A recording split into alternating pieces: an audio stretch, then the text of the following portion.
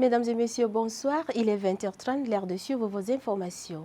Au sommaire de cette édition, à N'Djamena, un grave accident de la circulation a fait 6 blessés, dont un enfant à Marjandafa. Le conducteur en état d'ivresse a été interpellé et placé en garde à vue. Dans la continuité de l'actualité sécuritaire et sanitaire, les autorités du Mandoul ont lancé une riposte contre la méningite après la détection des cas dans le département de Goundzi. Par ailleurs, sur le plan éducatif, les résultats du baccalauréat 2026 sont désormais disponibles. Malgré l'innovation numérique introduite par l'ONEX, les candidats restent partagés entre consultation en ligne et déplacement dans les centres d'examen. Pour terminer, ces contextes éducatifs difficiles se reflètent dans les résultats globaux avec un taux de réussite de 26,24% qui suscite de nombreuses analyses sur les faiblesses du système scolaire tchadien.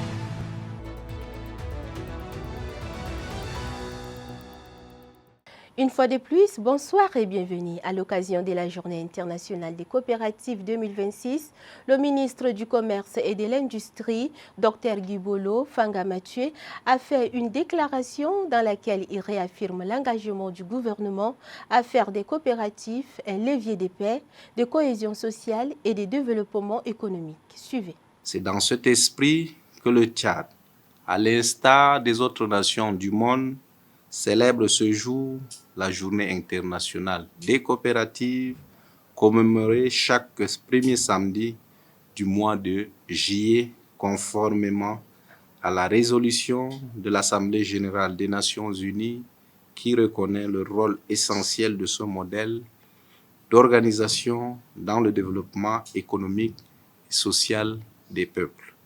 Le thème retenu cette année, les coopératives au service de la paix dans le monde, intervient dans un contexte international marqué par les tensions sociales, les crises économiques, les conflits et les inégalités croissantes. Mesdames et messieurs, bien plus que de simples structures économiques, les coopératives sont des espaces d'entraide, de responsabilité, d'équité et de démocratie où les femmes et les hommes mettent en commun leurs ressources, leurs compétences et leurs ambitions afin de répondre collectivement à leurs besoins et d'améliorer durablement leurs conditions de vie. À travers cette ambition, les plus hautes autorités veulent faire du mouvement coopératif un véritable levier de transformation économique et sociale. À ce titre, il constitue un instrument stratégique pour créer des emplois, améliorer les revenus des populations, stimuler l'entrepreneuriat collectif et contribuer durablement à la stabilité de notre pays. Nous réaffirmons surtout notre conviction que le mouvement coopératif demeure un acteur majeur de la prospérité, de la cohésion sociale et de la consolidation de la paix. Ensemble, poursuivons nos efforts afin de faire des coopératives un pilier de la transformation économique et sociale de notre pays au service d'un Tchad plus inclusif, plus résilient et plus prospère. Les résultats du baccalauréat session de juin 2026 sont connus depuis hier. Pour cette édition, l'Office national des examens et concours du supérieur, ONEX, innove avec une application de consultation à distance. Mais sur le terrain, de nombreux candidats préfèrent encore se rendre dans les centres d'examen pour s'assurer de leurs résultats. Au lycée Félix Eboué, entre soulagement, attente et inquiétude, notre reporter Minganodi Ngoul Olga a tendu son micro. Au lycée Félix Eboué, l'un des plus grands centres d'examen de la capitale, les résultats sont affichés depuis les premières heures de la matinée. Sur les murs des bâtiments, les listes des admis d'office côtoient celles des candidats déclarés admissibles à la deuxième session. Devant les affiches, les candidats se pressent pour retrouver leur nom. Chacun scrute attentivement les listes dans une atmosphère mêlant impatience, espoir et émotion. Certains laissent éclater leur joie après avoir décroché le précieux sésame, tandis que d'autres peinent à cacher leur déception. Pourtant, la plupart avaient déjà consulté leurs résultats à la veille grâce aux canaux de l'ONEX. Mais pour eux, rien ne remplace la vérification sur les listes officielles affichées dans les centres. Un heureux candidat explique les raisons de son déplacement. Hier, j'avais vérifié avec MOF Africa, j'avais envoyé l'autre mes matricules et puis ils m'ont également donné le résultat. Mais j'attendais également l'affiche pour venir confirmer également ce qu'ils ont affiché. Est-ce que ça correspond réellement à ce qu'ils ont donné aux réseaux sociaux? Mohamed Ali, candidat non admis, revient sur sa déception et évoque les leçons qu'il tire de cette expérience. Dans la vie, il y a toujours l'échec. Et l'échec rend l'homme toujours fort. Donc, comme disait, l'échec, le succès n'est pas final et l'échec n'est pas fatal. Foucault de Gisèle, candidate admissible, confie qu'elle espérait être admise dès les premières sessions et affiche sa détermination à réussir les épreuves au second tour. Je m'attendais à être officiellement admise au premier tour, mais surtout c'est la mathématique qui m'a vraiment marqué. Les sujets sont un peu compliqués, je me suis battue. Je vais doubler d'efforts, Inch'Allah, je vais être admise. Selon les statistiques publiées par le jury, le taux d'admission directe au baccalauréat session de juin 2026 est de 26,24%. Les candidats admissibles disposent désormais une seconde chance pour décrocher leur diplôme.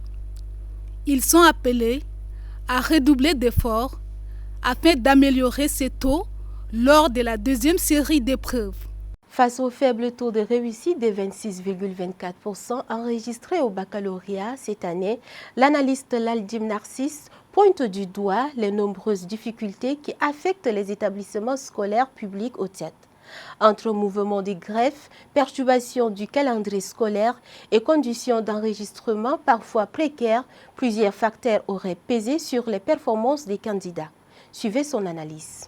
Les résultats qui ont été publiés hier ne sont pas surprenants.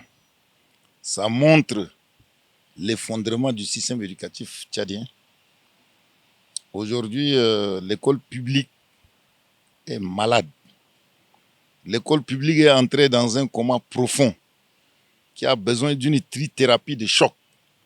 Et l'année scolaire 2025-26 a évolué en dents de scie. C'est une année qui a été plombée par des grèves revendicatives des enseignants qui ont revendiqué l'amélioration de leurs conditions de vie, surtout les primes de logement. Ils ont demandé au gouvernement de revoir ça à la hausse. Et cela avait paralysé le système pendant des mois. Il y a même un syndicaliste en prison. Donc aujourd'hui, avec ces résultats, les établissements confessionnels ont été bien servis. Aujourd'hui, les publics sont à la traîne parce qu'il n'y a pas aussi assez d'enseignants qualifiés. Surtout les enseignants sur les disciplines scientifiques, mathématiques, sciences physiques, sciences de la vie et de la terre. Donc cela interpelle le gouvernement. Le gouvernement doit faire en sorte que ce déficit d'enseignants qualifiés-là soit comblé. Au Mandoul, la délégation provinciale de la santé a lancé ce 2 juillet une campagne de riposte contre la méningite, à la suite du signalement de quelques cas dans le département de Goundi. Les explications de notre correspondant Dominique Didéo. Cette campagne de vaccination vise à faire blocus à la méningite qui sévit depuis quelques semaines dans le département de Goundi et qui a fait plusieurs cas et même des pertes en vies humaines. Face à cette montée fulgurante et la dangerosité de la maladie, le ministère de la Santé publique et ses partenaires ont mis en œuvre cette stratégie de riposte avec une nouvelle forme de vaccin utilisé pour la première fois au Tchad contre cette maladie. Cette vaccination sera supervisée par des experts venus de la capitale pour la circonstance et durera une semaine. Dr Ndoué Djonga, délégué provincial de la santé, fait le point. Boundi fait partie de la ceinture épidémiologique pour laquelle la méningite est comme une maladie pandémique et sévit de manière récurrente. Donc pour éviter la circulation de cette maladie dans le Tchad en général et dans le département de Boundi, il a été décidé d'organiser une campagne de vaccination eu égard au nombre que nous avons eu à enregistrer et des cas de décès. Lançant officiellement les opérations de vaccination, le préfet du département de Goundi, Mohamed Ismaël Adam, appelle à une forte mobilisation pour la réussite de cette campagne et sauver des vies. La méningite demeure une menace sérieuse pour la santé publique dans notre région. Cette maladie rapide et dévastatrice ne choisit pas ses victimes. Elle frappe sans distinction, avec des conséquences parfois irréversibles. Cette vaccination concernera les personnes âgées de 1 à 29 ans. Chers parents, la vaccination est le bouclier le plus efficace que nous possédions. Un enfant vacciné est un enfant protégé. Une démonstration de vaccination par le personnel de la santé chapeauté par le délégué provincial de la santé, marquant ainsi le démarrage effectif des opérations. On reste dans le Mandoul où les ripostes aux maladies pandémiques se préparent. Les membres du point focal de communication sur les risques et d'engagement communautaire sont installés. C'est lors d'une cérémonie présidée par le secrétaire général de la province du Mandoul, Dominique Dideo, une fois de plus. C'est par arrêté numéro 014-RT-PMDL-EG-2026 que le point focal provincial CREC est placé sous la responsabilité du secrétaire général de la province du Mandoul. Il est composé de 8 chefs de service déconcentrés de l'État ainsi que des représentants des partenaires techniques et financiers intervenant dans le domaine de la santé. Cette structure est chargée de coordonner les activités de la communication sur les risques et d'engagement communautaire dans le cadre de la préparation et de la riposte aux pandémies. Elle assurera notamment la validation des rapports d'études réalisés par les consultants CREC, l'adaptation de la feuille de route nationale aux réalités provinciales, ainsi que le renforcement des capacités des différents acteurs. Le point focal aura également pour mission d'améliorer la gestion de l'information en organisant des cadres d'échange avec les journalistes et communicateurs, de tester et d'appliquer le mécanisme de coordination entre les parties prenantes lors des situations d'urgence sanitaire, de promouvoir des pratiques de communication favorisant la participation des communautés et d'assurer le suivi des activités de préparation et de réponse aux pandémies dans la province du Mandoul. À cet effet, le délégué provincial de la santé, Dr Ndoué Djonga, dans son intervention, a fait le point sur l'importance de ce point focal pour la riposte des maladies pandémiques, mais aussi pour la veille de la situation sanitaire dans la province. Dr Djada Ali Nana est directeur adjoint de la communication au ministère de la Santé publique, par ailleurs chef de mission, a situé le contexte de la création de ce cadre afin de répondre au mieux non seulement aux besoins de la santé communautaire, mais aussi relever les défis liés à la santé humaine. Installant officiellement ce point focal dans la province du Mandoul, le secrétaire général de la dite province, Dimas Ndjidboum, a invité ces derniers à faire preuve d'engagement et de responsabilité dans l'exécution de leur mission afin de contribuer au renforcement du dispositif provincial de prévention et de gestion des urgences sanitaires. En bref, 6 personnes, dont un enfant de 6 ans, ont été blessées ce vendredi matin dans un grave accident de la circulation survenu à Marjan-Dafak, dans le 2e arrondissement de N'Djamena. Selon les premiers éléments de l'enquête, le conducteur d'une Corolla en état d'ivresse manifeste a d'abord fauché 2 agentes chargées du nettoyage de la chaussée avant de percuter l'enfant dans sa tentative de fuite. Sa course s'est achevée dans un atelier de réparation où 3 ouvriers ont également été blessés et 2 motocyclettes endommagées. Le conducteur a été placé en garde à vue au CSP2. Ces drames relancent le débat sur le mécanisme de sécurité mis en place pour protéger les femmes et hommes techniciens de la surface. Écoutons à cet effet Zeniba Edith, maire de la commune du 6e arrondissement de N'Djamena. C'est un accident qui peut être évité parce que le conducteur est en état d'ivresse. Donc c'est une grande désolation pour nous les femmes et pour le peuple aussi. C'est pour la population tchadienne. C'est un être humain. Vous voyez, c'est pas bien. Quand on est ivre, on a fait la sensibilisation. Les gens ne veulent pas écouter. Et à l'état d'ivresse, ils renversent les femmes. 1, 2 ou 3 femmes comme ça, c'est pas bien. Il faut que les gens pensent. Il faut que les gens pensent à changer leur mode de vie. Leur mode de vie, ce n'est pas seulement l'alcool. Ce n'est pas l'alcool. L'alcool tue, les gens disent. Mais en état d'ivresse, tu conduis. C'est un grand danger. C'est un grand danger. Ça a failli faire plus que ça de dégâts, mais Dieu merci. Donc chez moi, c'est une désolation. Les mesures de sécurité, nous, on a pris les mesures de sécurité dans beaucoup des arrondissements, presque les 10 communes, y compris la ville de N'Djamena. Le problème en est que maintenant, c'est un problème d'éclairage que moi, je suis en train de plaider. Je plaide à ce que les grandes artères où toutes les femmes se lèvent très tôt pour aller nettoyer, il faut qu'il y ait de l'éclairage public. Si tout est éclairé, on peut organiser des heures. Par exemple, à 4 heures du matin, les femmes peuvent balayer jusqu'à 6 heures, elles arrêtent. Comme ça, ça va éviter beaucoup de dégâts. Mais quand les femmes balayent vers les 7 heures, 8 heures, 9 heures, 10 heures, il y a beaucoup de circulation. Donc, il y a toujours des risques. Donc, le grand problème, c'est plaider à avoir les éclairages publics avec les panneaux solaires et de chercher. On est en train, même moi personnellement, je suis en train de réfléchir comment transformer ces femmes balayeuses à faire autre chose que de balayer. Le problème en est qu'on n'a pas assez de moyens. Mais si on a des moyens conséquents, on fera venir les machines qui doivent balayer. Toutes mes condoléances les plus attristées. Vous voyez, toutes ces femmes, c'est des femmes veuves. La majorité, c'est des femmes veuves. Donc maintenant, le papa n'est pas là. La maman est à l'hôpital et les enfants.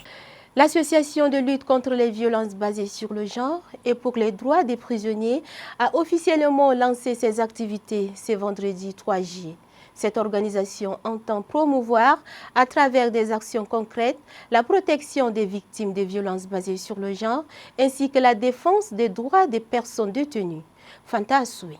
Ce lancement officiel a été marqué par la présentation d'un plan d'action triennal de l'association, un document stratégique destiné à orienter ses interventions pour les 3 prochaines années, placé sous le thème « Justice, dignité et paix, unir nos forces pour les droits des détenus et l'éradication des violences basées sur le genre au Tchad ». Ce plan prévoit plusieurs actions, notamment le renforcement de la participation des femmes au processus de consolidation de la paix, la sensibilisation des communautés, l'assistance aux victimes, ainsi que des plaidoyers auprès des autorités administratives, judiciaires et pénitentiaires. Pour la présidente de l'association, Damadi Léon Benjamin, la protection des droits des détenus et la lutte contre les violences basées sur le genre demeurent des enjeux majeurs pour la promotion des droits humains et le renforcement de l'état de droit au Tchad.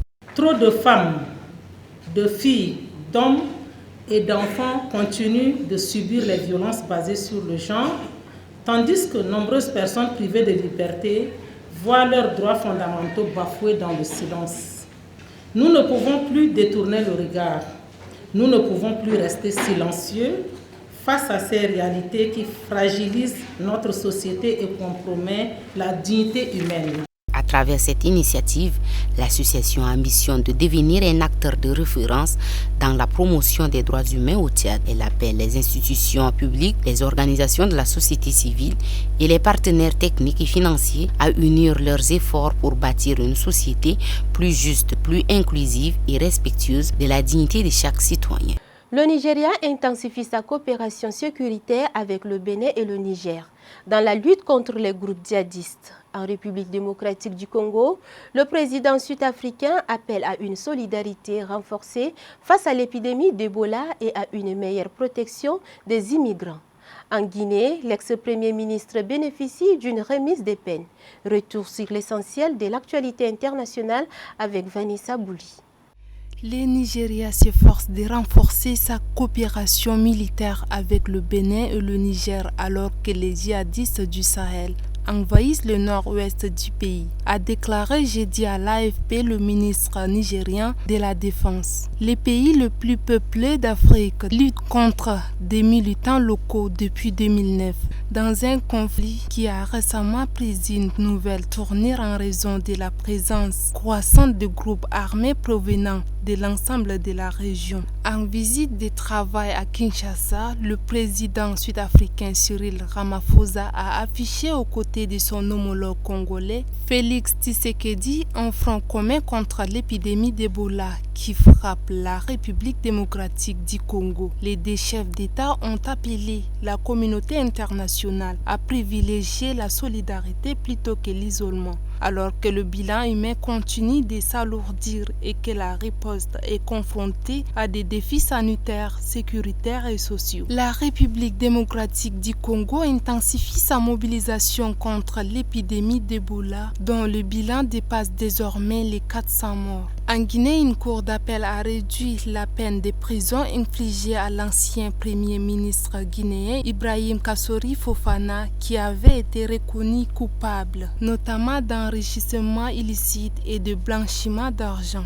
Cette instance a réduit la peine de Fofana à 3 ans et 9 mois, alors qu'un tribunal spécial chargé des délits financiers, mis en place peu après un coup d'État militaire, l'avait initialement condamné en février 2025 à 5 ans de prison. Chers téléspectateurs, merci de nous avoir suivis. Dès là, portez-vous bien. À très bientôt.